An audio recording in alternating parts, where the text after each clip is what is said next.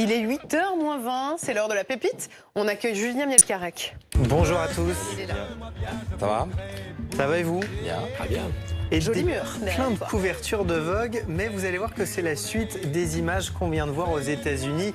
Ce grand mouvement contre le racisme, qui est vraiment un mouvement de fond dans la société américaine, puisque ça touche tous les secteurs jusqu'à l'industrie de la mode. Et donc pourquoi ce magazine Vogue? À cause d'elle, évidemment, Anna Wintour, la célèbre patronne du magazine américain. Alors, on la décrit souvent comme sans cœur, impitoyable. Et bien, chose rare, elle a fait un mea culpa dans un mail envoyé à ses journalistes. Regardez, Vogue a été blessant et intolérant et n'en a pas fait assez pour faire briller les employés et les stylistes noirs. Elle s'adresse même à ces journalistes noirs dans sa rédaction. Ça ne doit pas être facile d'être un employé noir chez Vogue. Eh bien, les internautes ont décidé de lui souffler quelques idées en lançant un grand mouvement, un grand défi, le Vogue Challenge. Alors, vous allez voir ces images.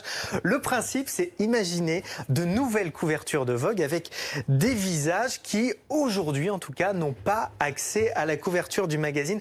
Vous avez vu le résultat, ça c'est des réalisations d'internautes, c'est quand même assez bluffant. Eh bien, certains de ces montages ont été repris et diffusés sur le site internet de la version anglaise. C'est très beau ça, hein, sur la version anglaise de Vogue, qui en profite pour dévoiler ces trois couvertures. Alors celles-ci, elles sont bien réelles. Des couvertures événements du magazine à paraître en juillet. On voit une conductrice de train, une infirmière et une assistante dans un supermarché avec ce titre « Des travailleurs indispensables ». Alors ce défi sur internet a généré 400 000 messages, rien que sur Twitter, avec quand même quelques hors-sujets. Je vous ai choisi ce dernier exemple, vous allez voir. Alors là aussi, vous allez noter que la réalisation de cet internaute est très réussie, mais en revanche, ça ne rentre pas dans le défi. D'accord, elle aurait pu le faire. Mais je me suis dit qu'une chronique internet sans chat, évidemment, c'était pas possible ce lundi matin. Ça marche pas, t'es au courant. C'était une des rares fois où Anna Wintour exprime un peu l'humanité. Exactement. Merci Julien.